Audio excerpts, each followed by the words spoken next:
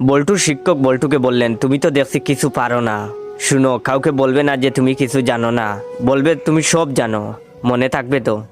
বল্টু বলল, আচ্ছা স্যার। তারপর বল্টু বাড়িতে ফিরল, ফিরেই মাকে সামনে পেল। মাকে বলল, মা আমি সব জানি। তখন বল্টুর মা বললেন, আরে দূর বুকা, তোর পাশের বাড়ির আঙ্কেল তো শুধু চা খেতে এখানে আসেন, এর চেয়ে বেশি কিছু না।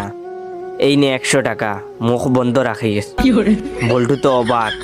এরপরে বল্টু তার বড় দিদির সামনে এসে দাঁড়ালো এবং তার বড় দিদিকে বলল, দিদি আমি সব জানি। তার দিদি বলল, বাদর ছেলে কোথাকার, তোর রাজুদা শুধু পরীক্ষার সাজেশন নেওয়ার জন্য আসে, এর বেশি কিছু না।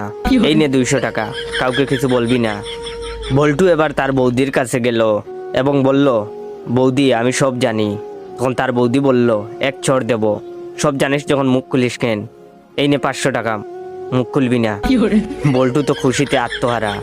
তারপর বল্টু তার বাড়ির প্রতিবেশীর কাছে গেল এবং বল্টু বলল, কাকু কাকু আমি সব জানি। তখন তার প্রতিবেশী বললেন, সব জানিস যখন তাহলে আর কাকু বলে ডাকছিস কেন? আয় খোকা, আমার বুক